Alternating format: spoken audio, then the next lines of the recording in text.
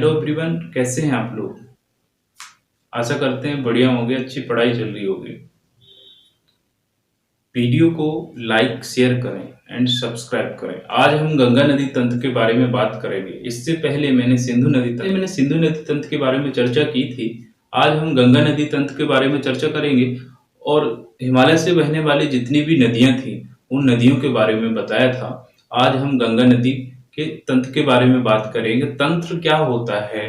तंत्र वो होता है कि जिस किसी प्रमुख नदी से जितनी भी नदियां जुड़ रही होती हैं उनके बारे में चर्चा करना, उनकी प्रमुख निरूपण प्रमुख विशेषताओं के बारे में चर्चा करना। हाँ, यदि आप वीडियो देख रहे हैं तो प्लीज चैनल को सब्सक्राइब कीजिए, लाइक कीजिए और शेयर भी कीजिए और बेल आइकन को भी दबाएं। बेल आइकन को क्यों दबाएं? क्योंकि जिस प्रकार के हम वीडियो अपलोड करते हैं तो उनकी तुरंत आपके पास नोटिफिकेशन के रूप में जानकारी मिल जाएगी और आप उसका पूरा लाभ ले पाएंगे। Okay, thank you. तो करते हैं बात गंगा नदी तंत्र के बारे में। गंगा नदी तंत्र, ठीक है। तंत्र का मतलब जैसे कि हमने अभी बताया है, तो तंत्र होता है एक प्रकार से जुड़ाव, ठीक है।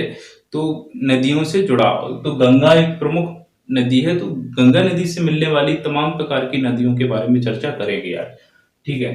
तो हम सबसे पहले मैप बनाते हैं इंडिया का। मैप से ही सब कुछ होता है और मैप से ही सब कुछ करते हैं, ऐसा नहीं है। और मैप के द्वारा ही आप अच्छी स्टडी कर सकते हैं। मैप इमेजिन करने के लिए सबसे अच्छा तरीका होता है जो माइंड में आपका किसी भी प्रकार का प्रश्न है वो सेट हो जाता है, ठीक है। तो हमें मैप के द्वारा ही पढ़ना चाहिए, मेरा मानना है जहां तक। फिर ये अपनी अपनी रुचि है, ठीक। तो ये मैप बन गया, इंडिया का मैप है। अब आज हम बात करेंगे गंगा नदी की।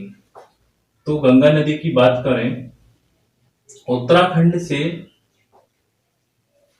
निकलती हैं दो, धौली और धौली गंगा और विष्णु गंगा। धौली नदी और विष्णु नदी इसको बोलते हैं, ये विष्णु विष्णु प्रयाग में मिलती हैं दोनों। इस प्रकार से मैं इसका डिटेल अभी बता रहा हूं, ठीक है। ये है गंगा नदी। अब गंगा नदी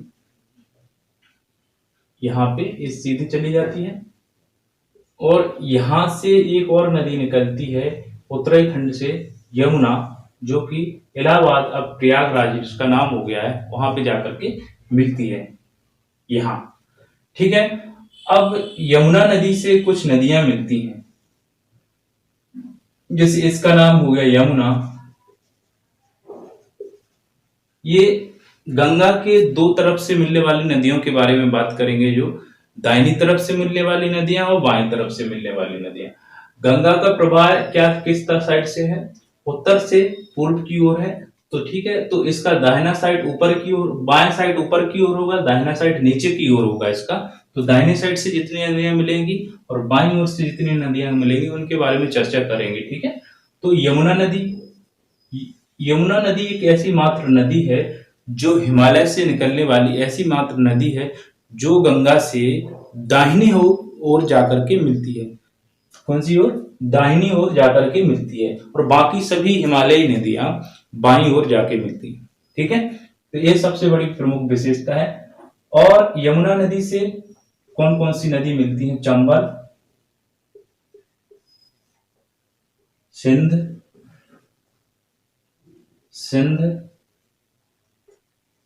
SI लिख सकते हैं आप, सिंध। इसके बाद बेतवा, BET, बेतवा लिख दिया शॉर्ट में। कैन, ठीक है। ये चार नदी ऐसी हैं जो डायरेक्टली तरीके से गंगा में ना मिलकर के यमुना में मिलती हैं, लेकिन इनका पानी गंगा में ही जाता है। तो इसके किसमें? गंगा नदी तंत्र में ये नदियां आती हैं, ठीक है। इसके बाद टॉन्स नदी है जो डायरेक्ट गंगा में मिलती है, टॉन्स। और सोन नदी है, सोन, जो अमरकंटक मध्य प्रदेश मैकाल पर्वत श्रेणी से निकलती है और गंगा में जाकर के मिलती है। ये हो गई है कि गंगा में दाहिनी ओर से मिलने वाली नदियों का क्रम। क्रम क्या है? यमुना, चंबल, सिंध, बेतवा, केन, टॉन्स और सोन। चंबल, ठीक है। अब इसके बाद बाई ओर से मिलने वाली नदियां कौन कौन सी हैं? बाई ओर से मिलने वाली नदियां हैं, क्रमशः नदियां हैं जैसे रामगंगा, रामगंगा लिखते जाना है आपको, रामगंगा, गोमती। गोमती नदी के किनारे लखनऊ बसा हुआ है, ठीक है। गोमती, रामगंगा, घाघरा, गंडक, कोसी, कोसी और महानंदा। महानंदा लास्ट नदी है जो पूर्व की ओर गंगा में मिलती है, जो पूर्व की ओर लास्ट में मिलती है। ऐसी कौन सी नदी है? वो है आपकी महानंदा, महानंदा, ठीक है। ये बाईं ओर से मिलने वाली नदी हो गई और दाईं ओर से मिलने वाली नदी हो गई, ठीक है। तो अब कोसी नदी को बिहार का शोक बोला जाता है। बिहार के शोक के नाम से जाना जाता है कोसी नदी को। क्यों जाना जाता है? क्योंकि ये हिमालय से आती है नदी और बिहार एक प्लेन एरिया है, ठीक है, समतल एरिया है। और बिहार में जैसे ही आती है तो पहाड़ी एरिया से आती है कोसी नदी, अपने साथ में मिट्टी अवसाद गौद लाती है। और बिहार में जैसे ही आती है तो नदी की विशेषता होती है। अब नदी की विशेषता है किसी भी प्रकार के झरने की या किसी भी प्रकार के बात करें कि पानी बह रहा होता है, किसी भी प्रकार का पानी बह रहा है, तो पानी के बहने की गति प्लेन में हमेशा क्या होती है? क्या होती है? उसकी कम हो जाती है। तो ऐसे ही इसका कोसी नदी का भी क्या हो जाता है? स्पीड कम हो जाती है। कहाँ पे? बिहार में। बिहार में स्पीड कम होने के कारण उसमें रहता है जो गोंद अवसाद मिट्टी, तो वो उस प्लेन में छोड़ने लगती है अपने ही मुहाने पर। अपने ही मुहाने पर जैसे ही छोड़ती है, अपने ही मुहाने पर जैसे ही छोड़ती है तो वह अपना रास्ता खुद ही अवरुद्ध कर लेती है, ठीक है, खुद ही बंद कर लेती है, अवरुद्ध कर लेती है और अपना रास्ता खोजने लगती है। तो विभिन्न प्रकार की श्रेणियों में वो क्या करने लगती है? तितर बितर होने लगती है और इस प्रकार से वो कई धाराओं में विभक्त हो जाती है। जहां उसको कमजोर बोले तो भूमि मिली, उसका कटाव करती जाती है। और पता चला कि कई गांव में बाढ़ आ गई है, पता ही नहीं कि गांव में कैसे बाढ़ आई है, और लोग सो रहे होते हैं, उनकी खटिया के नीचे से पानी जा रहा होता है। तो इसलिए इस प्रकार की इस नदी को इस प्रकार की प्रभाव देने के कारण बहुत ही इफेक्टिव प्रभाव है इसका, और जो नकारात्मक प्रभाव है बिहार के लिए, तो इसलिए इसको बोलते हैं बिहार का शोक। ओके, ये बिहार का शोक इसलिए बोला जाता है इसको। कोसी नदी होगी, महानंदा लास्ट में मिलती है, ठीक है। अब इनका हम ऐसे क्रम लिख सकते हैं यहाँ पे। हाँ, अब गंगा नदी का और बताते हैं कि गंगा नदी को गंगा डायरेक्टली नहीं बोला जाता है। जैसे आप बोलते हैं कि गंगा नदी कहाँ से निकलती है, तो बोल देते अलकनंदा, उससे, गंगोत्री से। अब गंगोत्री से तो कुछ और होता है, उसका नाम गंगा नहीं होता है, ठीक है। तो आज गंगा के बारे में थोड़ी बताना चाहेंगे कि आपका डाउट क्लियर हो कि गंगा किसको कहते हैं, ठीक। तो यहाँ पे गंगोत्री ग्लेशियर है, उत्तराखंड की बात कर रहा हूं मैं, ठीक है। और यहाँ पे है सतोपथी, सतोपथी, गंगोत्री और सतोपथी। सतोपथी से दो शाखाएं निकलती हैं, दो नदियों की शाखाएं हैं। एक है धौली, धौली नदी, और एक है विष्णु, विष्णु गंगा। इसको गंगा बोलते, विष्णु, विष्णु नदी। और ये जाकर के दोनों नदियां यहाँ पे क्या बनाती हैं? यहाँ पे विष्णु प्रयाग है, विष्णु प्रयाग में दोनों जाकर के मिलती हैं। विष्णु प्रयाग कहाँ मिलती है? विष्णु प्रयाग में दोनों नदी मिलती हैं। और दोनों नदी धौली और विष्णु गंगा के मिलने से बनती है अलकनंदा। यहाँ अलकनंदा बन जाती है, अलकनंदा। ओके, अलकनंदा बन जाती है और अलकनंदा आगे जाती है और यहाँ पे है कर्णप्रयाग, कर्णप्रयाग, और कर्णप्रयाग में आकर के एक नदी पिंडार नदी आती है जो इससे मिल जाती है। किससे? अलकनंदा से। पिंडार नदी किससे मिलती है? पिंडार नदी किससे मिलती है? कर्णप्रयाग में अलकनंदा से। लेकिन अलकनंदा का नाम अलकीनंदा रहता है और पिंडार का पानी लेकर के आगे चल देती है। आगे चलती है यहाँ पे मिलता है रुद्रप्रयाग, और रुद्रप्रयाग में भी एक नदी आकर के मिलती है अलकनंदा से, मंदाकिनी मिलती है। और मंदाकिनी मिलने के कारण इसका और भी विस्तार होता है, लेकिन इसका नाम रहता है अलकनंदा आगे जाकर के यहाँ पे देवप्रयाग में यहाँ से एक नदी आ रही होती है, गंगोत्री से एक नदी निकलती है, उसका नाम रहता है भागीरथी। ओके, भागीरथी नदी आती है और अलकनंदा और भागीरथी दोनों देवप्रयाग में मिल जाती हैं, और यहाँ से एक नई नदी का निर्माण होता है जिसका नाम रहता है गंगा। तो इस प्रकार गंगा का नाम गंगा पड़ता है, ऐसा नहीं कि डायरेक्टली गंगा हो गई है। ठीक है, तो गंगा ये है। तो गंगा के बारे में आपने जाना होगा कि गंगोत्री और सतोपति से दो अलग अलग श्रेणियों में नदियां आती हैं। सतोपति से दो नदियां आती हैं, धौली और विष्णु जब जाकर के विष्णु प्रयाग में मिलती हैं तो अलकनंदा बन जाती है। अलकनंदा के आगे जाती है, जैसे कर्णप्रयाग में आती है अलकनंदा, वहां से एक साइड से पिंडार नदी आ रही होती है, जो पिंडार नदी अलकनंदा में मिल जाती है, और पिंडार नदी का पानी लेकर के अलकनंदा आगे चल देती है। आगे रुद्रप्रयाग मिलता है, रुद्रप्रयाग में अलकनंदा में एक और नदी मिल जाती है मंदाकिनी, और मंदाकिनी की का भी पानी लेकर के आगे चल देती है कौन? अलकनंदा।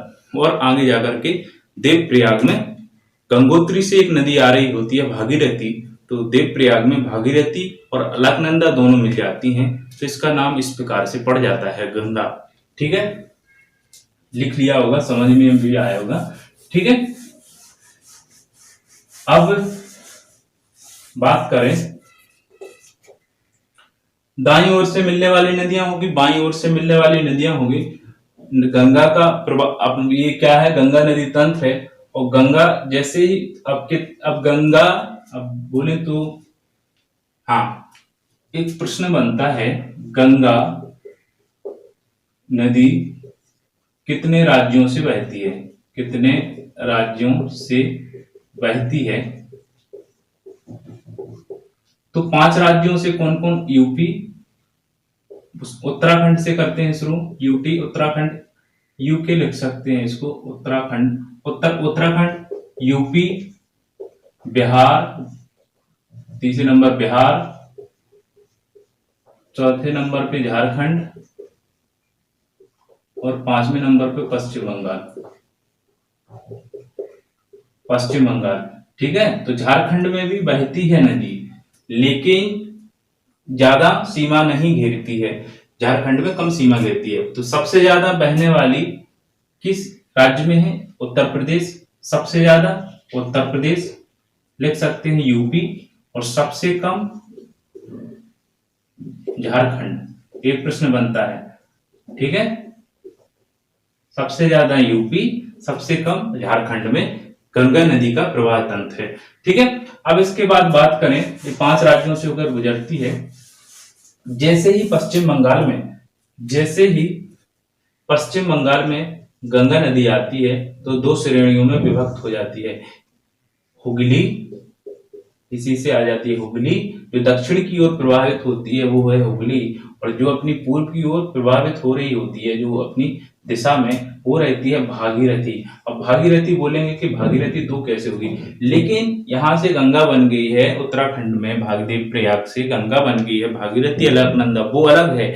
एक भागीरथी इसी की श्रेणी पश्चिम बंगाल में, उसकी श्रेणी को भागीरथी नाम से जाना जाता है, इसलिए इसका नाम है भागीरथी। और भागीरथी आगे जाकर के कहाँ मिल जाती है? यहाँ पे ये भागीरथी है, यहाँ जाती है और बांग्लादेश में मिल जाती है। यहाँ से ये है हुगली, और ये आई यहाँ पे बांग्लादेश, और ये बांग्लादेश में कौन सी पहुंची? भागीरथी भागीरथी पहुंची और ये हुगली है। हुगली के किनारे कौन सा शहर बसा हुआ है? कोलकाता शहर बसा हुआ है, जो कि पश्चिम बंगाल की राजधानी है। ठीक है, तो भागीरथी यहाँ आती है बांग्लादेश में और इसका नाम हो जाता है पद्मा। ठीक है, पद्मा, पद्मा नाम हो जाता है।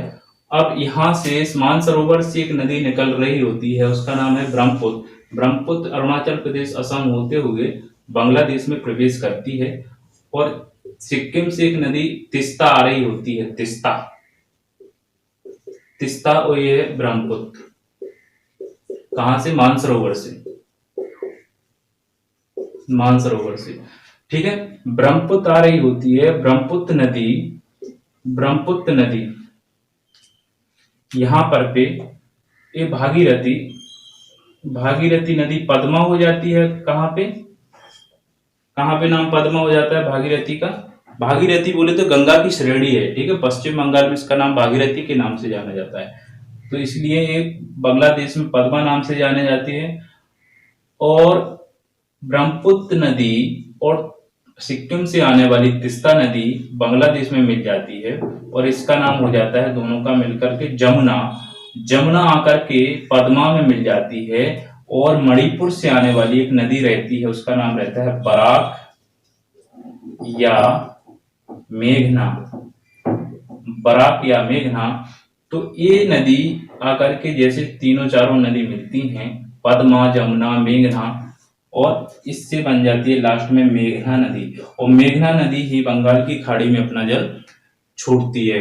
ठीक है, तो यहाँ पे फिर इनका क्या बनता है? डेल्टा बनता है, डेल्टा बनता है। और डेल्टा या डेल्टा किस बांग्लादेश में भी रहता है और भारत में भी। ठीक है, तो इस डेल्टा को सुंदरबन डेल्टा बोलते हैं, जो विश्व का सबसे बड़ा डेल्टा है। ठीक है, विश्व का सबसे बड़ा ये डेल्टा है जिसका नाम है सुंदरबन। सुंदरबन इसका नाम क्यों पड़ा? क्योंकि इसमें मैक्रो प्रकार की जो क्या पाई जाती है? वनस्पति पाई जाती है, और इस वनस्पति को सुंदरी भी बोलते हैं। इसी सुंदरी वनस्पति के कारण इसका नाम सुंदरबन पड़ा।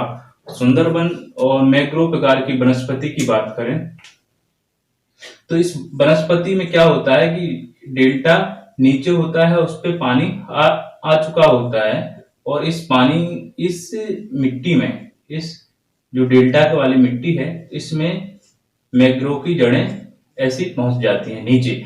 फिर इस जड़ों का क्या होता है कि नीचे जाने के बाद फिर ऊपर आती हैं, पानी में ऐसे निकल आती हैं ऐसे। तो इस प्रकार की इस वनस्पति होती है ये, और इस पे चलने में बहुत ही कठिनाई होती है। ठीक है, तो डेल्टा में चलने में बहुत ही ज्यादा कठिनाई होती है। एक तो डेल्टा है, दूसरी बात मैंग्रोव क्या क्या पाई जाती है वहां पे? वनस्पति पाई जाती है। ठीक है, अब बोले तो डेल्टा होता क्या है? डेल्टा क्या होता है? देखो, डेल्टा पश्चिम की ओर बहने वाली जितनी भी नदियां हैं, पश्चिमी घाट की ओर बहने यानी अरब सागर में गिरने वाली जितनी भी नदियां हैं, वो क्या एस्चुरी बनाती हैं। क्यों बनाती हैं? क्योंकि उनकी स्पीड बहुत ज्यादा होती है, और डायरेक्टली तरीके से वो क्या झरना बनाती हैं, जलप्रपात बनाती हैं, या एस्चुरी बनाती हैं। लेकिन जो पूर्वी घाट में बहने वाली नदियां हैं, बंगाल की खाड़ी में गिरने वाली नदियां हैं, सभी नदियां डेल्टा बनाती हैं, छोटे या बड़े, लेकिन बनाती क्या है? डेल्टा। क्या होता है? इनकी स्पीड बहुत कम होती है, लेकिन ये पहाड़ों से गुजरती हैं। ये अपने साथ क्या लाती है? मिट्टी लाती हैं, गाद लाती हैं, अवसाद लाती हैं, खनिज लवण लाती हैं, तमाम प्रकार की मटेरियल लाती हैं। और ये सभी क्या करती हैं? जैसे ही बंगाल की खाड़ी के पास जाती हैं, तो वहां पर पे समुद्र के किनारे पे प्लेन हो जाता है, तो इनकी क्या हो जाती है? इनकी स्पीड होती है जो बहने की, वो हो जाती है कम। और इनके साथ जो लाया गया अवसाद होता है, वो अवसाद क्या हो जाता है? स्पीड कम होने के कारण वो अपने साथ नहीं ले जा पाती है, धकेल नहीं पाती है उसको, अवसाद को धकेल नहीं पाती है, तो वो अपने ही रास्ते में छोड़ देती हैं वो नदियां। तो रास्ते में छोड़ देती हैं तो नदियां क्या कहती है? कई श्रृंखलाओं में विभक्त हो जाती हैं, कई श्रृंखलाओं में नदियां विभक्त हो जाती हैं। देखो, यहाँ पे बताना चाहूंगा मैं, जैसे यहां से नदी, यहां से पहाड़ से जा रही है, ये जा रही है नदी। अब यहां से पहाड़ से गाद लेके जा रही है, ये गाद, मिट्टी, अवसाद, लवण, खनिज, सब तमाम प्रकार के मटेरियल ये जा रहे हैं लेके। यहाँ से तो स्पीड है उनकी ठीक ठाक थोड़ी, तो वो लेके जा रही है बर्बाद। जैसा ही यहाँ पे समुद्र का किनारा आता है, प्लेन आता है, यहाँ पे ये समुद्र का किनारा ए वाला प्लेन आता है। अब इसका प्लेन आता है तो क्या होता है कि यहाँ इनकी स्पीड हो जाती है कम, पानी की स्पीड कम हो जाती है जल की, यहाँ के नदियों के। और ये जो मिट्टी है, जो अवसाद है, अब इनको क्या यहीं पे छोड़ने लगती है, ऐसा ये छोड़ दिया, ये छोड़ दिया इसको अवसाद को, ठीक है, ये छोड़ दिया। अब क्या हो जाता है, नदियों का क्या हो जाता है कि इनका रास्ता बंद हो जाता है, अवरुद्ध हो जाता है खुद के द्वारा, अवसाद के द्वारा। तो ये क्या करती हैं फिर, ऐसा कई श्रेणियों में, ऐसा करने के बाद कई श्रेणियों में निकालने की कोशिश करती हैं, मतलब अपने पानी को निकालने की कोशिश करती हैं नदियां, और इस प्रकार की श्रेणियां हो जाती हैं। अब इन श्रेणियों में कहीं पे मिट्टी है, कहीं पे पानी है, कहीं पे मिट्टी है, कहीं पे पानी है, तो एक प्रकार से दलदल टाइप से बन जाता है, और बहुत ही विशाल आकार में। और इस प्रकार के आकार को, इस प्रकार को क्या बोलते हैं, डेल्टा बोलते हैं। इस प्रकार डेल्टा बनता है, ठीक है। आज हमने गंगा नदी तंत्र पढ़ाया। गंगा नदी तंत्र में दाईं ओर से बहने वाली नदियां, बाईं ओर से बहने वाली नदियां। यमुना नदी में कौन कौन सी नदी मिलती हैं, चंबल, सिंध, केन, बेतवा। और इसके बाद टॉन्स और सोन डायरेक्टली तरीके से गंगा नदी में मिलती हैं। लेकिन इन सभी नदियों का, चंबल, सिंध, बेतवा, केन का पानी गंगा में ही जाता है, लेकिन ये पहले यमुना में, फिर यमुना छूटती है गंगा में, इलाहाबाद देव प्रयाग में, सॉरी इलाहाबाद प्रयागराज में। देव प्रयाग तो वो अलग है, अलकनंदा भागीरथी जहां पे बिजली है, गंगा बनती है, उत्तराखंड की बात है, ठीक है। ये हो जाती है। आज हमारी क्या होगी, गंगा नदी तंत्र हो गया। गंगा नदी तंत्र के बाद अगला जो वीडियो होगा वो होगा आपका ब्रह्मपुत्र नदी तंत्र। इसके बाद हम प्रायद्वीपीय नदियों के बारे में चर्चा करेंगे, और फिर अगला टॉपिक होगा, नदियां पूरी हो जाएंगी दो वीडियो में। अगला टॉपिक होगा जो, वो बता दिया जाएगा आपको। ओके, थैंक यू, जुड़े रहिए हमसे। चैनल को लाइक, शेयर, सब्सक्राइब कीजिए, और उन दोस्तों तक पहुंचाइए जिनको बहुत ही ज्यादा जरूरत है, जो किसी भी प्रकार से घर से बाहर नहीं आ पाते हैं, फाइनेंशियल प्रॉब्लम में किसी भी प्रकार की समस्या के कारण, तो उन तक इसको पहुंचाइए। उनका भी भला होगा, आपका भी भला होगा। कर भला तो हो भला। ओके, समझते हैं। Thank you so much.